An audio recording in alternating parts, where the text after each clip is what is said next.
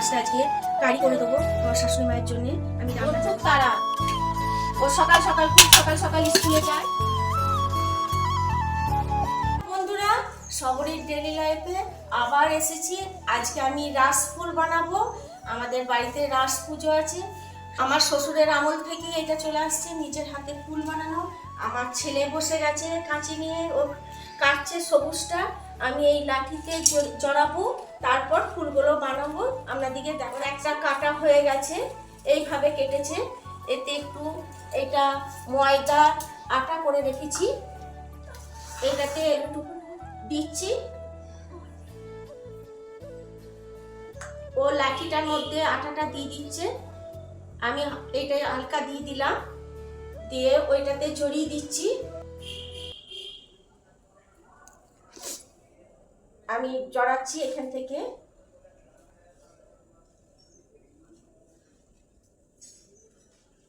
এই কঞ্চিগুলো কেটে এনেছি, এটা কঞ্চির লাঠি, কালকে কেটে এনেছি। এই ফুলগুলো বানাতে গেলে এই লাঠি স্টিকটা তো করে নিতে হয় এইভাবে, দেখুন। আবার এটাতে কাগজটা আমার ছেলে কেটে কেটে দিচ্ছে, সাহায্য করছে। ও ভালো ফুল বানাতে পারে। এই দেখুন, এইভাবে তৈরি করছি লাঠিটা। দেখুন কি সুন্দর সবুজ দিয়ে তৈরি হচ্ছে। এর উপরে উপরে ফুলগুলো চিটবো, ফুলগুলো এখন হয়নি। লাঠিতে এগুলো একটা একটা করে জড়ানো হয়ে গেছে। ফুলটাও একটা চিটি রেখেছি, এটা না শুকুলে আর চিটুনো যাবে না, এটা রোদে ভালো করে শুকুতে দিতে হয়। আমাদের রাস পূর্ণিমা 5 দিন পর হয়, পঞ্চম যেটা রাস, সেই রাসে আমাদের পুজো হয়। তা আমরা আগে থেকেই এই ফুলগুলো করতে সময় লাগে, তাই আগে থেকেই আমি ফুলগুলো তৈরি করতে আরম্ভ করে দিয়েছি। আমার ছেলেকে আমাকে দেখুন, এই দুটো চিঠি রেখেছি। এরপর এটা শুকিয়ে গেলে এগুলো চিটুবো। আমার চা হয়ে গেছে, আমার স্বামীকে চাটা দিচ্ছি, দিয়ে তারপর রান্না চাপাবো। আপনারা দেখবেন আমি আজকে কি রান্না করছি, দেখুন। আর রাস ফুল একদিনে তো বানানো যায় না, আমার ছেলে করছে, আমিও করব যখন সময় পাবো। আগে থেকে আমরা একটু একটু করে করে রাখি, ওগুলো রোদে শুকিয়ে দিতে হয়। সব ফুল তৈরি হয়ে গেলে আপনাদেরকে দেখাবো। এই দেখুন, এই মাছটা আজকে কারি করে দেবো আমার শাশুড়ি মায়ের জন্যে। আমি রান্না চাপাচ্ছি। বন্ধুরা, ছেলে মেয়ে বেশিক্ষণ ভিডিও করতে পারবে না, তাই সব রান্না আমি দেখাতে পারছি না। আজকে মাছের কারিটা করব, আর কটা নিমকি করব, কুচো নিমকি। বাস এই পর্যন্ত আপনাদেরকে দেখাবো। আমি এটাতে একটু হলুদ দিয়ে দিই, নুন হলুদটা মাছে মাখিয়ে নিই। তেলটা দিচ্ছি, কড়াইটা একটু তাতুক। একটু হলুদ দিয়ে দিলাম, লবণ দিয়ে দিই। দেখুন মাখিয়ে দিচ্ছি ফটকাটা।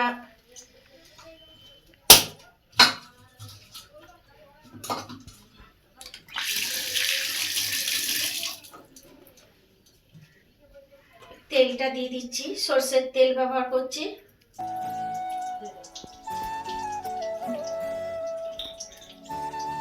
তেলটা আসুক। তো জানেন বন্ধুরা, ছোটবেলায় একটা মজার কথা বলছি, আমার দাদুর ভালোবাসার কথা। ছোটবেলায় আমার খুব আইসক্রিম খেতে ভালো লাগতো। তো আইসক্রিমের দাম তখন বেশি ছিল না, 15 পয়সা কি 20 পয়সা করে দাম ছিল। আর তখনকার আইসক্রিম এখনকার মতন অত কর্ণাটক বা ফুটি ম্যাঙ্গো, হ্যাঁ, এইসব দামি দামি আইসক্রিম ছিল না। তখন ছিল জলগোলার আইসক্রিম, এইটাই মানুষ তখন খেত আনন্দ করে। আমারও খুব ভালো লাগতো, প্রতিদিন আমি একসঙ্গে 7-8টা আইসক্রিম খেয়ে নিতাম। তো পয়সা নিতে যেতাম কোথায়, দাদুর একটা ছোট্ট কাপড়ের থলি ছিল। তখনকার দিনে এরকম চামড়ার ব্যাগও ব্যবহার কেউ করতো না, কাপড়ের থলির মধ্যে খুচরো পয়সা রাখতো দাদু। যখন সে শুতো সেই বিছানায় বালিশের নিচে রাখতো পয়সাগুলো। তা আমি যে যখনই খেতে মন যেত, ছুটে যেয়ে দাদুর ওই ব্যাগ থেকে, ওই থলিটা থেকে পয়সা বার করে খেতাম আইসক্রিম। তো আমি ভাবতাম দাদু বোধহয় বুঝতে পারছে না, কিন্তু দাদু মুচকে মুচকে হাসতো। দাদুর ওইটা খুবই ভালো লাগতো আমি এসব করতাম বলে এরকম। তো আমার দাদু চবনপ্রাশ খেতেও খুব ভালো লাগতো। তো চবনপ্রাশটা একটা উঁচু জায়গায় থাকতো। দেখুন বন্ধুরা, তেলটা এসে গেছে, তেলটা দিয়ে মাছগুলো দিই, তারপর করছি।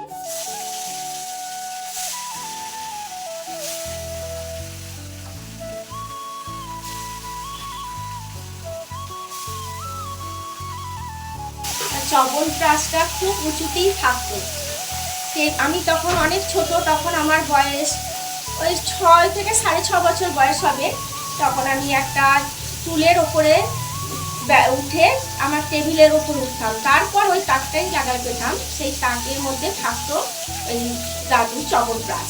তো আমি চামচে করে দাদুর চবনপ্রাশটা যখন দাদু শুয়ে পড়তো তখন আমি বার করে করে খেতাম। তো দাদু ওইগুলোও জানতো, কিন্তু কোনোদিন কিছু বলতো না, এতই আমাকে স্নেহ করতেন। আমার দিদির সঙ্গেও যদি ঝগড়া হতো, তো মারামারি ঝগড়া ছোটোবেলায় দেখবেন ভাই বোনেদের প্রায়ই হয়, তো আমি দেখতাম দাদু আমার সাপোর্টেই কথা বলছে। তার এই যে ভালোবাসা দিয়ে আমাকে বড় করেছিল। যেদিন দাদু মারা যান, হ্যাঁ, তখন আমার মনে হয়েছিল যে আমার মাথা থেকে যেন ছাদটাই ভেঙে পড়লো। আমার আর পাশে কে থাকবে? এত ভালোবাসা দিয়ে বড় করা দাদু ঠাকুমাদের যে আদর এখনকার দেখবেন বাচ্চারা পায় না। কারণ প্রত্যেক মানুষকেই ফ্যামিলি নিয়ে বাইরে কাজের সূত্রে চলে যেতে হয়, কিন্তু দাদু ঠাকুমার এই গল্প, ভালোবাসা, আদর, হ্যাঁ, কত রকমের গল্প শোনাতো দাদু। আপনাদেরকে পরে ভিডিওতে বলবো, হ্যাঁ, অনেক গল্পই শেয়ার করবো। দেখুন আমার এক পিস মাছ ভাজা হয়ে গেছে।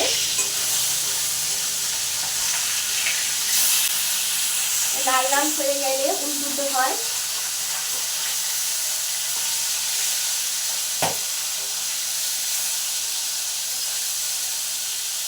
মাছটা এক পিস হয়ে গেছে।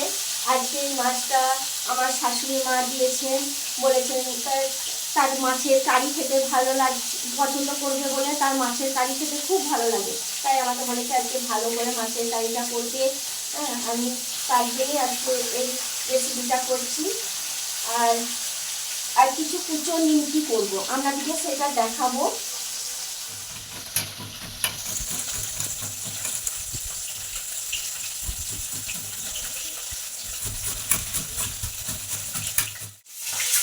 দেখুন বন্ধুরা, আমার মাছগুলো হয়ে গেছে, এক পিস হয়ে গেছে।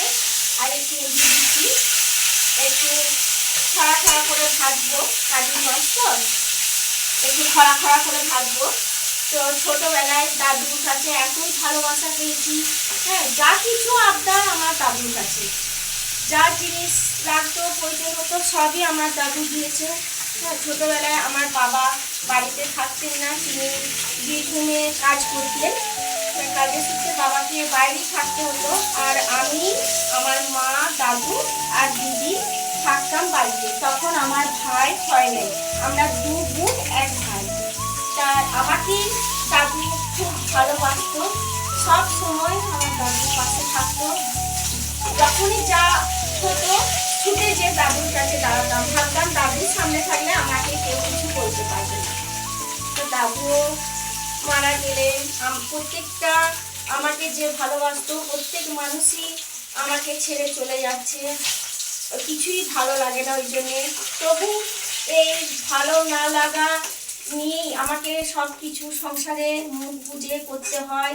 আমার ছেলে মেয়েদের মুখ চেয়ে ছেলে মেয়েরাও আমাকে যথেষ্ট ভালোবাসে, তাদের এই ভালোবাসা নিয়েই আমি সারা জীবন কাটিয়ে দিতে চাই। এখানে আমার শ্বশুর বাড়িতেও সবাই আমাকে যথেষ্ট ভালোবাসে। আজকে এই ডাল আর মাছের কারি আর একটু পটল ঝাইয়া করব, যেটা তেল পটল বলে, সেটাই করব। আর বেশি রান্না করব না, ছেলেরা স্কুল আছে ছেলে মেয়েদের। আর আজ থেকে আমার ভিডিও 3 দিন বন্ধ থাকবে, 3-4 দিন, কারণ আমার মেয়ের পরীক্ষা আছে। হ্যাঁ, তো ভিডিও করতে পারবেন না, সে থাকবেও না, হোস্টেল চলে যাবে। তাই 3 দিন বন্ধুরা আমি ভিডিও দিতে পারবো না। 3 দিন পর থেকে আমি যেমন প্রতিদিন ভিডিও দিতাম সেই রকমই ভিডিও দেবো। আমার মেয়েরা জানেন তো, আমি অনেক কষ্ট করে ওদিকে মানুষ করেছি। হ্যাঁ, তো সব কিছু শখ সাথ তাদেরকে মেটানোর চেষ্টা করি।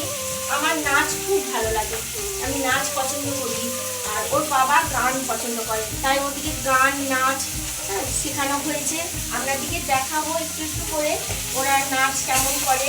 এরপরে ভিডিও যখন হবে আপনাদেরকে দেখাবো বন্ধুরা যে আমার মেয়ে কেমন নাচ শিখেছে।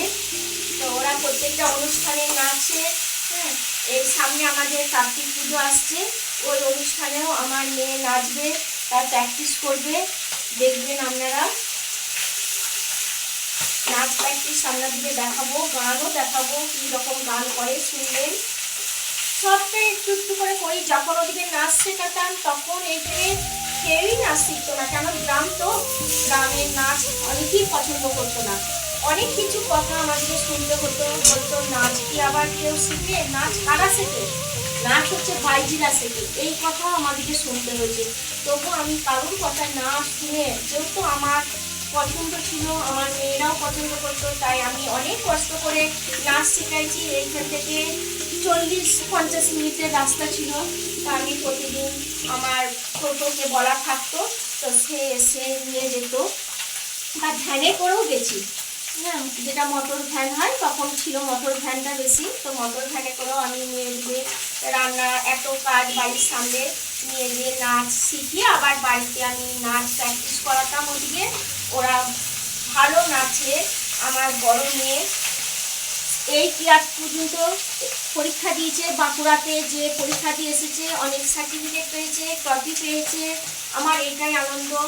আমার ছোট মেয়েও খুব সুন্দর নাচে, আপনারা দেখবেন। ওরা লোকনৃত্য, ভারতনাট্যম, রবীন্দ্রসঙ্গীত নাচ, 3 রকম নাচই ওরা জানে। ওরা পরীক্ষাও দেয় নাচের। মাছ ভাজা হয়ে গেছে, মাছগুলো দেখুন ভাজা হয়ে গেছে। এরপর এতে জিরে ধনে গুঁড়ো অল্প দিয়ে দিচ্ছি, লবণ দিয়ে দিচ্ছি, একটু মিষ্টিও দিয়ে দিচ্ছি, সামান্য জল দিয়ে দিই।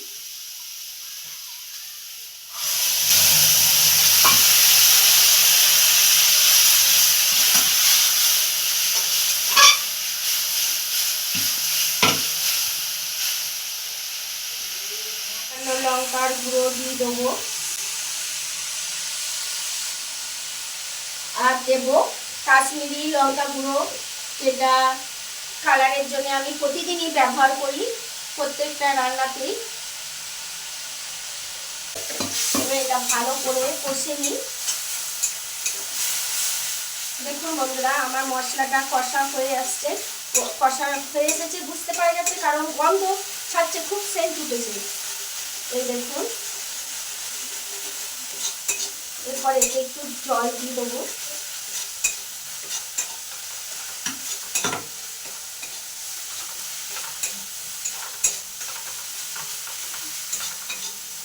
হয়ে গেছে মশলা কষা, জল দিয়ে দিচ্ছি।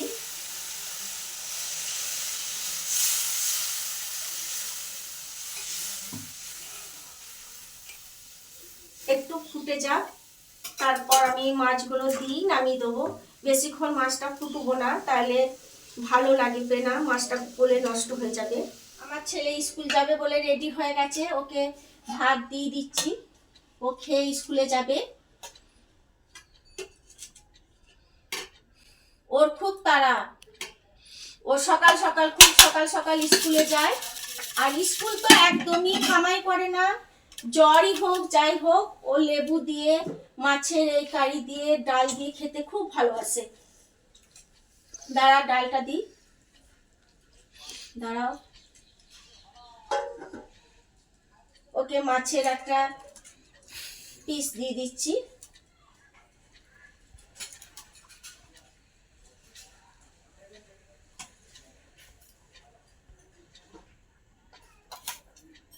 দিয়ে রাখছি পটলে। এবার ওকে ভালো করে মাখিয়ে দিই। ও ভালো মাখতে পারে না বন্ধুরা এখনো। দেখুন, আমি ওকে ভালো করে ভাতটা চকুটে মাখিয়ে দেবো, আর মাছটা একটু ছাড়িয়ে দেবো, কাটা থাকবে। ও খেয়ে স্কুলে যাবার পর আমি কুচো নিমকি করব, ও খাচ্ছে। বন্ধুরা, আমার ভিডিও যদি আপনাদের ভালো লেগে থাকে কমেন্টে জানাবেন, সাবস্ক্রাইব করবেন, আমাকে ভালোবাসা দেবেন। এখনকার মতন টাটা।